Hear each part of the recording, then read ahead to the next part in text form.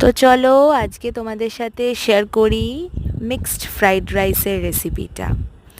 আর এই এত আয়োজন দেখে বুঝতেই পারছো যে আজকে কিন্তু মিক্সড ফ্রাইড রাইসটা বেশ সুন্দর হতে চলেছে দেখতে আর খেতেও। তো প্রথমেই তো কড়ায় সাদা তেল গরম করতে বসিয়ে দিয়েছিলাম। আর যখন দেখলাম যে তেলটা বেশ কিছুটা গরম হয়ে গেছে তখন প্রথমেই দিয়ে দিলাম কুচিয়ে রাখা পেঁয়াজ।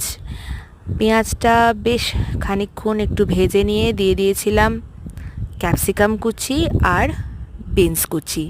বিনসটা দেখো এখানে কি সুন্দর করে কাটা হয়েছে। আর এটা দিয়েও বেশ খানিকক্ষণ আবার একটু ফ্রাই করে নিলাম। আর তারপরে এটাতে অ্যাড করলাম রসুন কুচি আর কাঁচা লঙ্কা কুচি। আমি এখানে কাঁচা লঙ্কাটা একটু অল্প পরিমাণেই দিয়েছি, তোমরা চাইলে কাঁচা লঙ্কার পরিমাণটা আর একটু বেশিও দিতে পারো তোমাদের স্বাদ মতো। আমি ঝাল খেতে কম ভালোবাসি, তাই আমার রান্নাতে কাঁচা লঙ্কার পরিমাণটা একটু কমই পড়ে। তো তারপর এটাকে বেশ খানিকক্ষণ আবার ফ্রাই করে নিয়ে এখানে অ্যাড করলাম গাজর কুচি। তো এই গাজরটা দিয়েও আবার বেশ খানিকক্ষণ ভেজে নিলাম।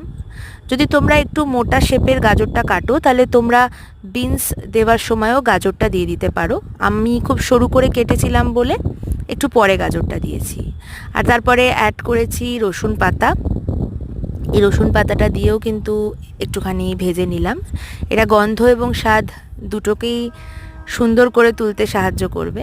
আর তারপরে দিয়ে দিলাম নুনটা একটু স্বাদ মতো দিয়ে নিয়ে তারপরে এর মধ্যে দিয়ে দিলাম একে একে ভিনিগার আর সয়া সস।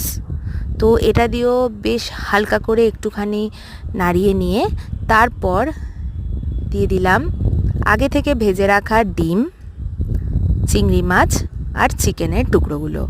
এটা কিন্তু আমার ভীষণ প্রিয় একটা রেসিপি, তাই আমি চেষ্টা করেছি খুবই সুন্দর করে এটাকে প্রিপেয়ার করতে। আর এইটা দেওয়ার পরে আমার মনে হয়েছিল যে একটু চিনি অ্যাড করি স্বাদটাকে ব্যালেন্স করার জন্য, তাই একটুখানি চিনিও অ্যাড করে দিয়েছিলাম। আমি একটা জিনিস এখানে দিতে ভুলে গেছি, তোমরা চাইলে অ্যাড করতেই পারো, সেটা হলো আদা কুচি। আর সব শেষে দেখো দিয়ে দিলাম আগে থেকে বানিয়ে রাখা ভাতটা।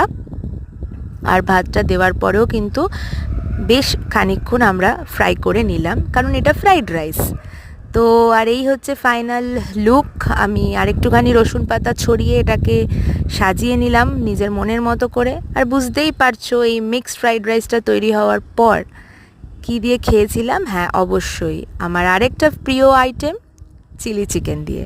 তো তোমরা জানাও কেমন লাগলো।